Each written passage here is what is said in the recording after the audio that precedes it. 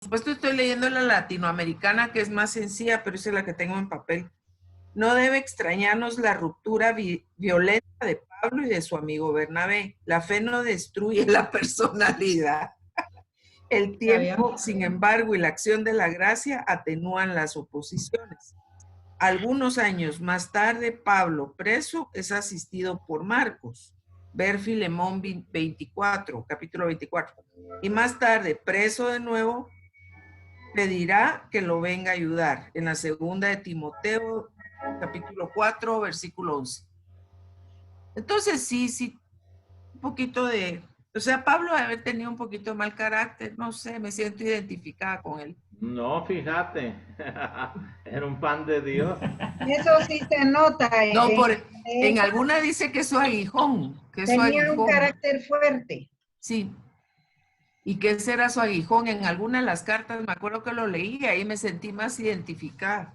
Pero no dice que sea, dice que tiene un aguijón, pero no dice que es su carácter, no dice que es. No. Esa ya es chisme. No, esa fue porque en la homilía, esa vez la vi la oí en misa y en la homilía. No, pero eso fue chisme del padre, eso fue chisme del padre porque, sí, porque hay en el texto solo dice que ha pedido a Dios que le quite ese aguijón y que el Señor le ha contestado, te basta con mi gracia. Es lo único que dice. Lo demás, tal vez a mí el Espíritu Santo me dijo, mira, ahí tienes uno igual, tienes que pedir esa gracia. O fue en confesión, no sé, pero en alguna de esas salió el tema del aguijón. Se está refiriendo a las pasiones.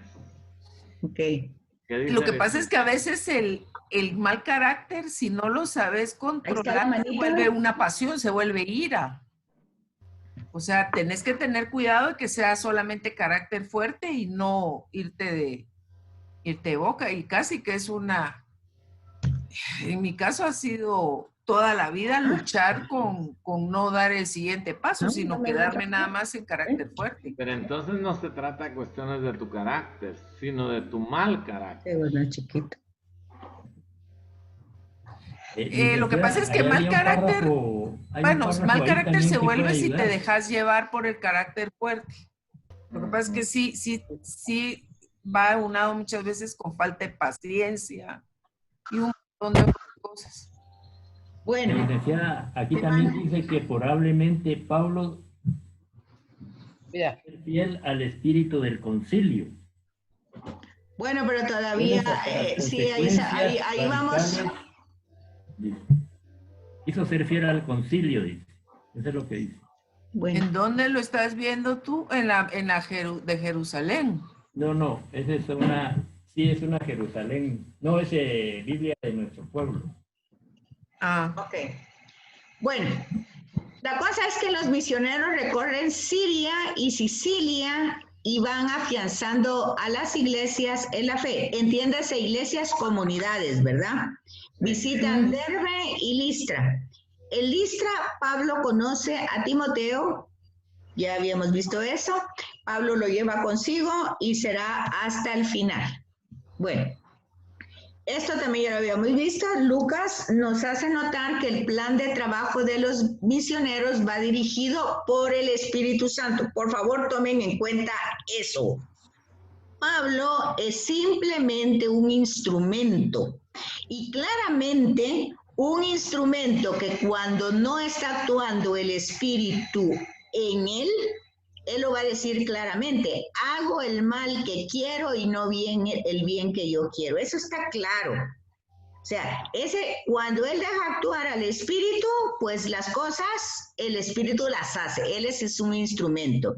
Cuando el Espíritu, por X o Y, ya sea por carácter, temperamento o lo que ustedes quieran o concilio, pero la cosa está que cuando las cosas se dividen, se distorsionan, se separan, no es el Espíritu Santo. Aquí no se trata entonces de defender a Pablo, que porque todo lo bueno que hizo y bueno, tenía mal carácter, no. Simple y sencillamente el encuentro con el resucitado no anula la personalidad, pero tiene que ver con la disponibilidad que se ponga a la acción del Espíritu en la persona. Ya más adelante van a encontrar al mismo Pablo. Fíjense, ahí tienen que ir viendo los procesos, porque van a encontrar a Pablo en esta postura de Juan Marcos, y entonces con su carácter, su temperamento, todo lo que ustedes quieran, un instrumento que todavía está en formación, y entonces él puede decir en un momento, no hago el bien que quiero, sino más bien que el que no quiero, tanto que le he pedido a Dios que cambie en mí este aguijón, pero él me ha dicho que basta con su gracia. Ok, ahí vemos un proceso. Pero luego vamos a encontrar al mismo Pablo que dice, ya no soy yo el que vivo, sino es Cristo quien vive en mí. Ahí no me van a decir ustedes que es el mismo, porque ya no está diciendo, ya no hago el bien que quiero, sino el mal que no quiero. Ya es Cristo quien vive en mí. Entonces ahí ven ustedes, se está también contando un desarrollo que ustedes pueden. Ustedes no pueden quedarse solo en una parte, sino que él va caminando y va evolucionando. Entonces la palabra va dirigiéndose a otros lados, pero también Pablo va cambiando. También la palabra va trabajando en Pablo. ¿Sí se fijan? Sí. O sea que el encuentro con el resucitado no lo transformó completamente. No, él tiene que luchar. Es que mire, eso es el cristianismo, esa lucha perenne que hay. Y él lo dijo cuando habla del hombre viejo y del hombre nuevo. El hombre nuevo, o sea, el hombre viejo nos quiere todo lo cómodo, todo lo sensible, todo, pues, o sea, es esa guerra de la concupiscencia de los sentidos. Mientras que el hombre nuevo, revestido por Dios, nos hace llevar al hombre viejo a dominarlo. Pero ese revestimiento es dejar actuar al Espíritu Santo. Eso es todo. Porque el que lucha es el Espíritu Santo. Nosotros lo único que tenemos que hacer es no empecinarnos en nuestras rabietas, sino entregárselas al Espíritu para que Él las actúe. Bueno, esto en relación a quienes se identifican con Pablo violento. No es esa, no es ese. No violento, solo tiene... Agresivo. No, tampoco, es como muy mandón. No, tampoco. Yo siento que él era muy mandón y muy necio, empecinado también en sus cosas, y esto se va a hacer así porque yo digo, pero es mi percepción. Pero oiga, después ya no soy yo el que vivo, es Cristo quien vive en mí. Entonces, ¿cómo fue él después? No, va caminando en por la gracia de Dios, él va cambiando, pues que es posible ir cambiando, sí. Ok. Entonces, no es el tema de genio y figura hasta la sepultura. No. Ahora bien, miren, licenciada, también hay que ver, pues, o sea, dentro de esta comunidad, todos eran personas sencillas. O sea, a no ser de Lucas, que era médico, y Marcos, que era Mateo, que era recolector de impuestos. Pablo fue a las universidades judías. Pablo lo mandaron sus papás tenían posibilidades en Tarso. ¿Qué tiene que ver eso?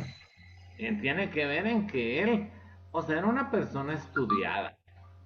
¿Y qué? ¿Y eso le daba el chance de ser prepotente o qué? No, pero también, o sea, con un Pedro que era pescador, claro, un Pedro después de la efusión del Espíritu Santo, pues ya cambia, pero dése cuenta, o sea, es difícil cuando usted que es maestra, no es lo mismo que nos dé a nosotros clase, que la pongamos, o sea, a dar clase con gente sencilla, que no entiende la palabra de Dios.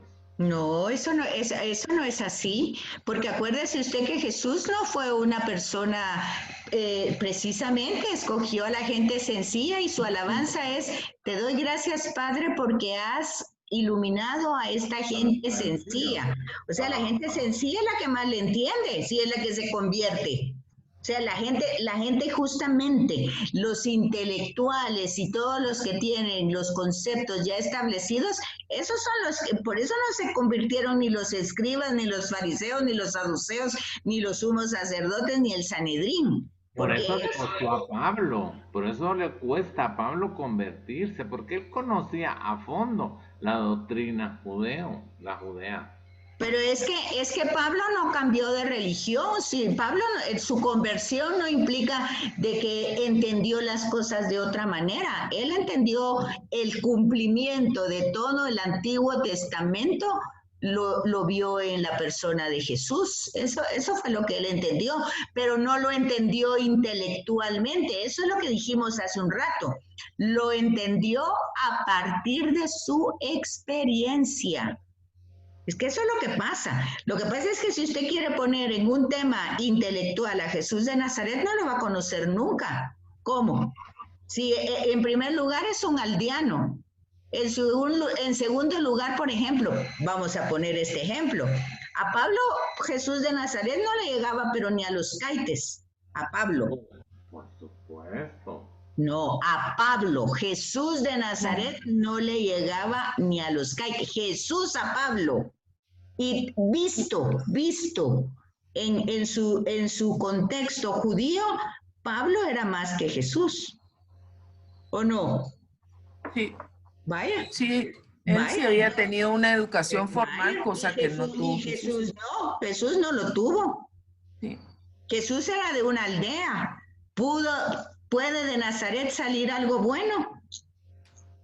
Claro.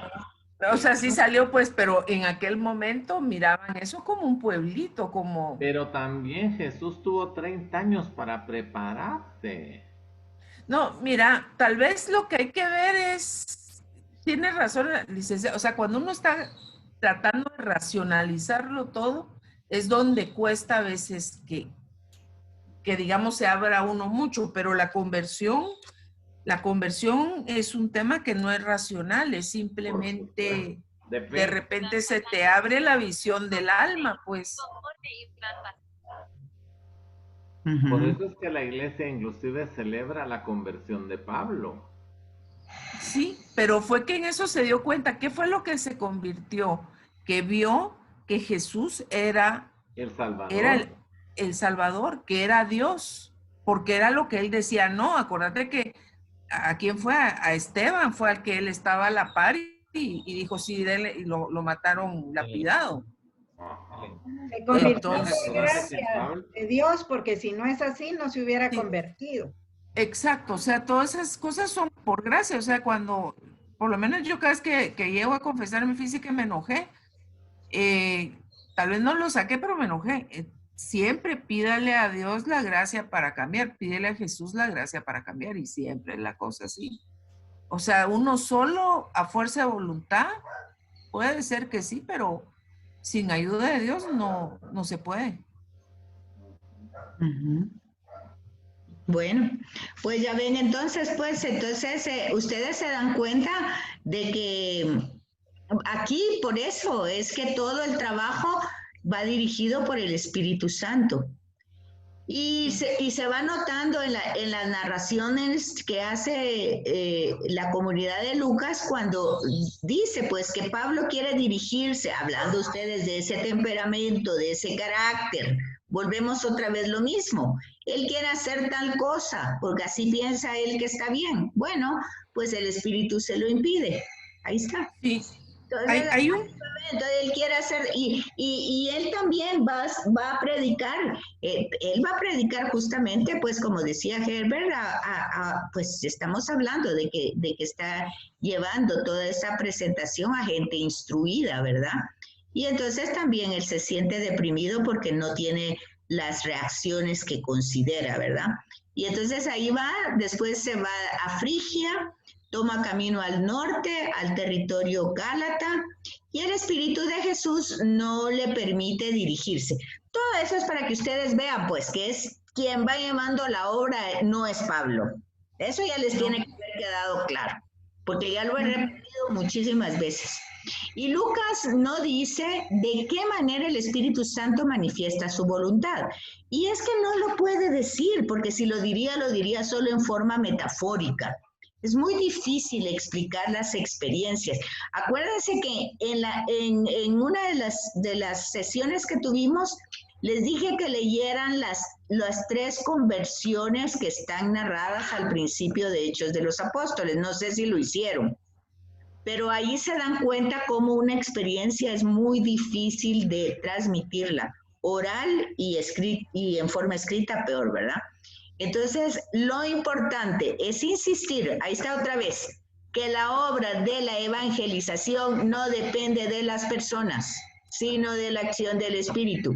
Eso se tiene que meter en la memoria, en la mente, en el espíritu, en todos lados. La gente no es que sepa mucho y pueda decir mucho, no es por sus capacidades, por favor. Es la disponibilidad a la acción del Espíritu. Eso tampoco es por méritos, no es por méritos. Cuando ustedes dicen por la gracia, ustedes dicen bien. Y cuando ustedes dicen por la misericordia, también dicen bien. Pero hay que entender qué es eso.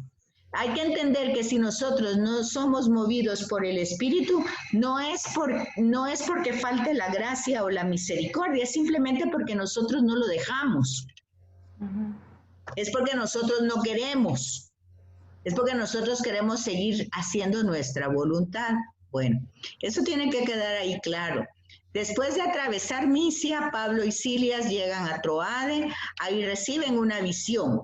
Entonces vean, aunque Lucas no diga la manera como el Espíritu Santo manifiesta su voluntad, vean que, por ejemplo, aquí el macedonio, pues es una visión, ¿verdad? Pero es como un sueño, una visión despierto, no sé. Entonces, él le suplica a Pablo que vaya a Macedonia a ayudarlos. Entonces, él percibe el tema de discernimiento, ¿verdad? Porque Pablo, de alguna manera, sí totalmente entiende. De hecho, él es uno el que formula uno de los temas de la Trinidad como doctrina, ¿verdad?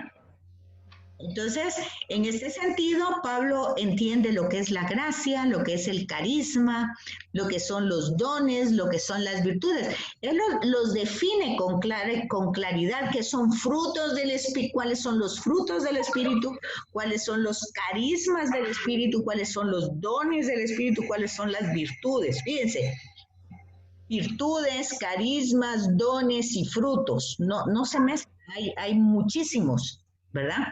Y entonces, como él es así, básicamente, entonces iluminado por el don del discernimiento, él descubre en la visión del macedonio la verdad del Señor. Entonces, aquí tienen ustedes un punto a favor de cómo se va descubriendo la voluntad del Señor, de su Espíritu actuando en nosotros. A veces, fíjense, a veces cualquiera diría que una persona malintencionada o que les ha hecho daño de repente llega y les dice, mira, tal cosa te puede pasar o te va a decir, y tal vez uno dice, ay, no, saber por qué me lo dice, nunca me ha querido, y no, de repente ahí estaba, ahí falta el discernimiento. Entonces, como muchas veces nosotros etiquetamos, no solo etiquetamos, hay una palabra que casi ya no se usa porque se ha utilizado, por ejemplo, la estigmatización, estigma. Por ejemplo, se ha puesto que los estigmas de Jesús, o sea, pero estigma es una marca. Por ejemplo, cuando al ganado se marcaba, que se ponía a quién pertenecía, pues eso es un estigma. Y digamos que las llagas de Jesús son estigmas porque ahí le quedaron. Pero también nosotros, cuando nosotros etiquetamos a una persona, la estigmatizamos. Y ya la tenemos puesta con esa etiqueta para el resto de la vida. Estamos diciendo que hay chance de cambio. Pero nosotros no le damos ese chance al prójimo. Si ya le vimos, es más, aunque esté haciendo una cosa buena, nosotros ya les, ay no, esto a saber por qué lo hizo porque quiere esto, porque quiere aquello, a saber. Los temas hoy en el Evangelio justamente que se está viendo cómo es las bienaventuranzas, el tema de no juzgar, ¿verdad? El tema de discernir, el tema entonces de no estigmatizar, de no ponerle a la gente pues etiquetas para el resto de la vida, y menos todavía sentirnos Dios de saber por qué está haciendo la gente las cosas. Esto lo hace por tal y tal cosa, esto lo dijo por tal y tal, esto lo hizo. No, eso no se puede, pues solo que seamos, pues no sé, o los ojos o las alas del Espíritu Santo o algo para que sepamos tanto, ¿verdad? El hecho es eso. Todo eso hay que ver, todo eso entra, ahí habla del tema carismático, entra entre el discernimiento y entra entre la interiorización. O sea, acuérdense que cuando Jesús dice, entren, cuando quieran hacer oración, o sea, cuando quieran estar con su Padre, entren a un lugar secreto, a su cuarto, dice. Pero no necesariamente, es entren en ustedes mismos. Cuando ustedes entran en ustedes mismos y se conectan con esa realidad, también se conectan con el prójimo. Entonces, ya conectados todos, básicamente el Evangelio de Jesús es un evangelio para socializar mente, ¿verdad? Sanamente. Bueno, entonces aquí tenemos. Lucas escribe entonces en primera persona, porque él descubre, ¿verdad? No sé qué le pasa a esta cosa constantemente, saca la manita. Lo que nos da a entender que en ese momento Lucas se les une, lo que nos da a entender, Lucas escribe aquí en primera persona, es decir, llega un momento donde ya Lucas entra en la parte del viaje, y cuando nosotros ya vemos que el que está narrando ya forma parte del viaje, ya entendemos que es aquí donde él empieza a acompañar a Pablo hasta Filipos. Fíjense, aquí es, ay, qué babosa, ay. Apaché a otro lado por apachar, apagué todo, ay no. No se mira. Sí, pero yo lo apagué. Es que me sale la manita y me hace pozol. Bueno, San Lucas nos hace notar que el plan de trabajo... Ay, pero ahí, ¿están viendo ahorita? Sí. Estamos en la número 114. Sí. Ahí está. Ok. Ya ve que no se le había salido. No, es que yo sí me salí, ustedes no, porque no me vieron a mí, fue porque brinqué rápidamente. Ok, eso ya vamos. Es que me sale esa cosa, y después de que me sale esa cosa, me sale una manita. Ahí está, ya me salió la manita, miren, eso no. Ok. No le hagan caso a la manita. Después de esto ya vamos al capítulo 16 y al 18, que sigue el viaje.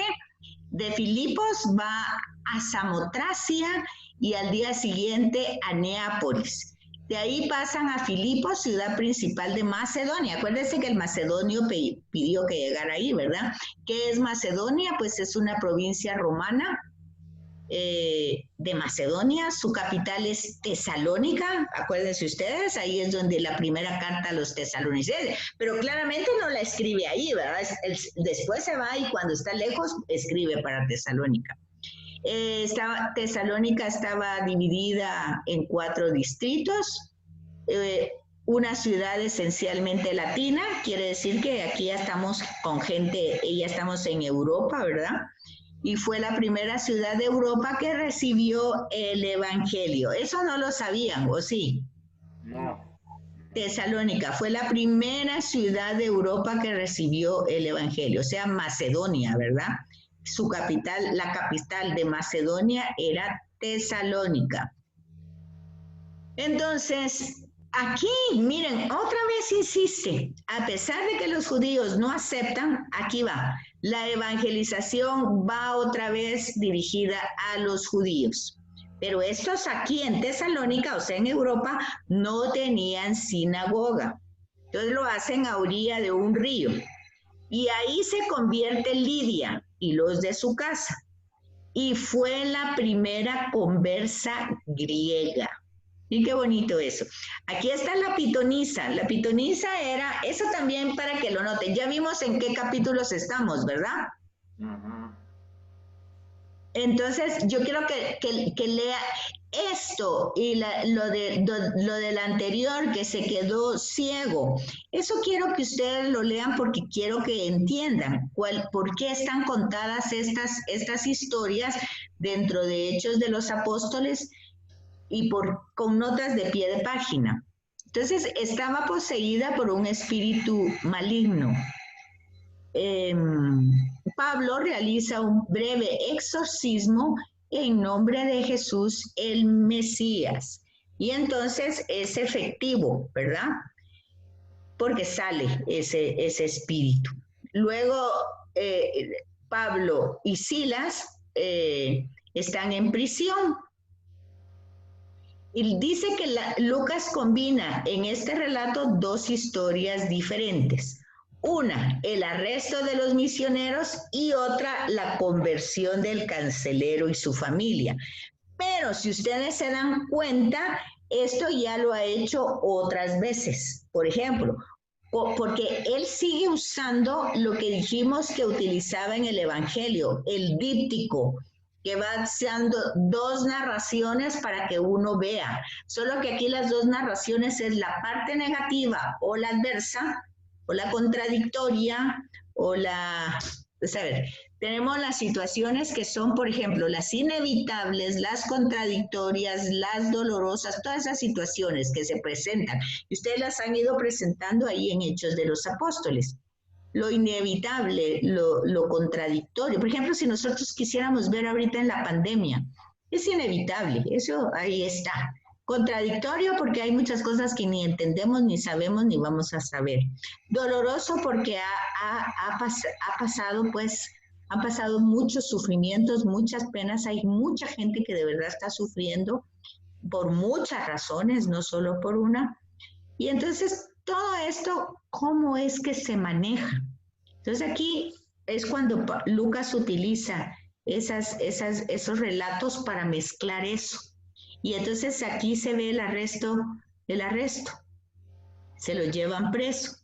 Y entonces resulta que Pablo y Silas fueron azotados por causa del Evangelio. Y de repente ante la oración, porque no es que no está pasando nada, afuera la iglesia está orando por ellos. Y entonces Dios interviene con un terremoto para liberarlos, ¿verdad? Y entonces, aquí no está narrado ahí, pero resulta que después de ese terremoto, ustedes ya saben la historia, ¿verdad? Que el carcelero se da cuenta y se asusta, ¿verdad? Porque piensa que se han ido y él se quiere matar. Y entonces resulta que cuando se da cuenta de que ahí está otra vez el testimonio, que Pablo y Silas pudieron haber salido, ¿verdad?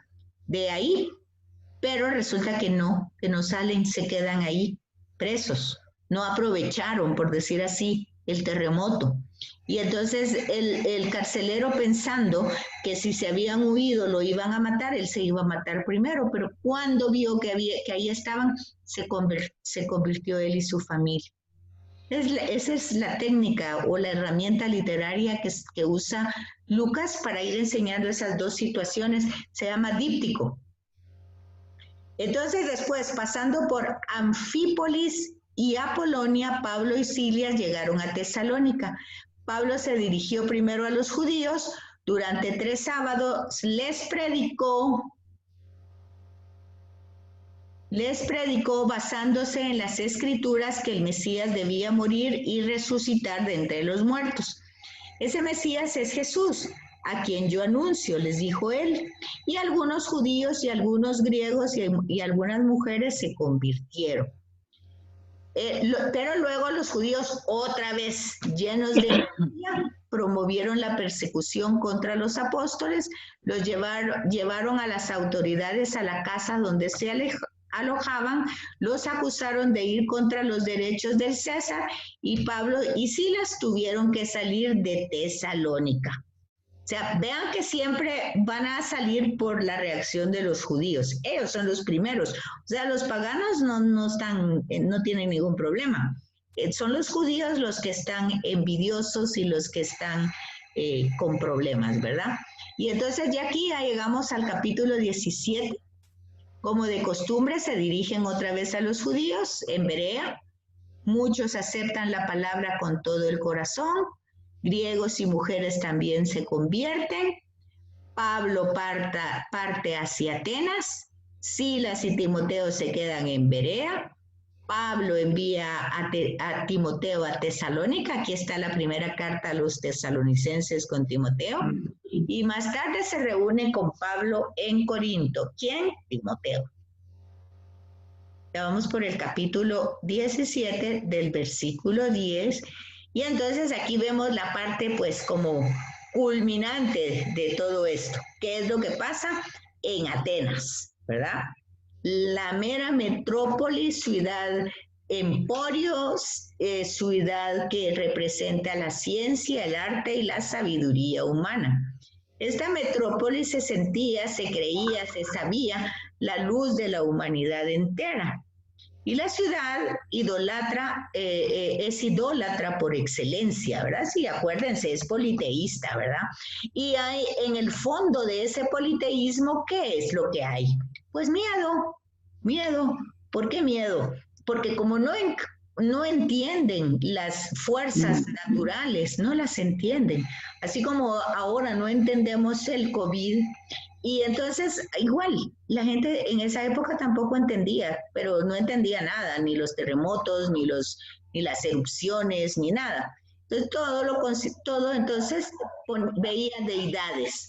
Y lo que hacía para calmar a las deidades, pongan atención a esto que les estoy diciendo, porque les voy a preguntar qué de parecido tiene cuando las personas, fíjense, lo que voy a decir tiene doble interpretación.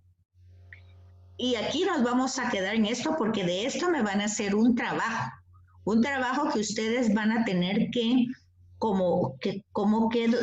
documentar, no, porque me van a dar su opinión o lo que ustedes piensan o creen, pero fundamentado, me lo van a fundamentar.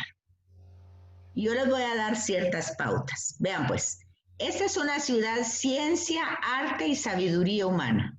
Metrópolis, que se creía la luz de la humanidad.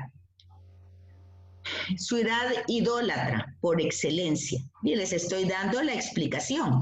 Idólatra porque al tener miedo, pues lo que hacían era adorar a lo que ellos imaginaban que eran dioses, así como iban a adorar a Pablo. O sea, ¿por qué los iban a hacer dioses a Pablo y a Silas cuando lo vieron hacer la sanación? Pues por miedo, por decir, bueno, estos son dioses, mejor los adoramos.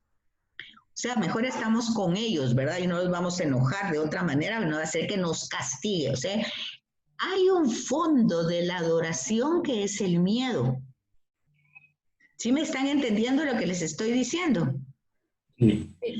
Hay un fondo de la adoración. Cuando digo que hay un fondo, es que hay un fondo y una forma. Hay un fondo que nos mueve a buscar a Dios, que nos mueve a rezar, a ir a misa, a adorar y todo eso por miedo. Y hay otro que es por reconocimiento. Hay dos formas, hay dos orígenes de la adoración de Dios. Uno por miedo y otro por reconocimiento. Entonces, aquí, cuando llega Pablo, pues él se da cuenta de que va a predicar a una ciudad muy grande, muy sabia, con siglos de existencia, y va a predicar a Cristo. Y lo va a predicar muerto, lo va a predicar en la cruz. ¿Y a quién le va a predicar? Bueno, en la sinagoga le predicó a los judíos, pero ahora en el ágora a la gente común. ¿A quiénes? A los filósofos, fíjense ustedes, a los filósofos. ¿Y quiénes eran los filósofos? Pues eran los epicúreos. ¿Quiénes eran estos? Eran los que pensaban que la felicidad se encuentra en la quietud del espíritu y que deben buscar la mayor cantidad de placeres. Sí, por ejemplo, usted va a oír ahorita a mucha gente que dice que está engordando, ¿verdad? Y que está feliz y que por todo está muy bien. Y luego están los estoicos, que es la idea, estos pensaban que el cuerpo es malo y el espíritu bueno. Entonces ellos lastimaban el cuerpo para liberar su espíritu. Entonces querían hacerse insensibles. Es un poco el budismo. Bueno, quedan 2 minutos para que se acabe. La pregunta es esta. Ante una pandemia actual, son varios escenarios. El escenario primero es la predicación de Pablo, formando comunidades. El escenario segundo es en este escenario tenemos pues a una gente que podríamos similar a nuestra humanidad actual, ya pasada la ilustración, personas pues la mayoría autosuficientes por muchas razones. Y el tercer escenario sería la pandemia. Y la pregunta de fondo que quiero que ustedes la fundamenten es: si el tema de que hay que orar, ayunar y pedir es por miedo o por reconocimiento. Ese sería, porque aquí ese va a ser el tema de la predicación y el tema de las reacciones, ¿verdad? Ahí está Pablo en el Areópago, o sea, el lugar más importante, que es esa especie de montaña, piedra, ¿cómo se llamaría? Colina. Colina, ajá. Entonces, en este lugar estaba situado al sur del Ágora y al oeste de la Acrópolis de Atenas. En tiempos de Pablo, ahí estaba un consejo muy grande que reunía todo el pórtico real, y Pablo es llevado ante el consejo y es sometido al interrogatorio. Entonces, este discurso de Pablo es un espécimen de la propaganda judeo-cristiana ante el mundo greco-romano. Entonces, igual, ante un mundo como el que hoy tenemos, pues totalmente ilustrado, autosuficiente, capacitado, etcétera, etcétera, y viene este virus chiquitito e invisible y nos pone en esta situación, y vienen entonces todos los lugares diciendo hay que orar, hay que pedir, hay que rezar, hay que ayunar, hay que hacer penitencia. Y la pregunta es, ¿por miedo o por reconocimiento? Esa es la pregunta, muy chiquitita. Depende. Depende de quién es el que lo esté haciendo. Puede ser, habrá gente que piensa que es un castigo de Dios, entonces lo hará por miedo. Por eso. Lo que yo quiero no es que depende, sino que ustedes contesten y fundamenten, porque si eso forma parte hoy de la predicación, ustedes fundamenten eso. Por eso tienen que buscar, tienen que leer cuándo se hace por miedo y cuándo se hace por reconocimiento. ¿Por qué se hace por miedo? O sea, tienen que responder dónde, cuándo, cómo, por qué y a quién. Esas son las preguntas, la misma pregunta. ¿Por miedo? ¿Por miedo o por qué? Por reconocimiento. ¿Está bien? Bien. Ok. Licenciada, yo la sintetizaría en cuanto a hablar de la oración en general, ya sea la oración mental o la oración física, que sería el ayuno, que sería el privarnos de cosas, y que a la larga es una sola, es la oración. Ya se va a acabar eso.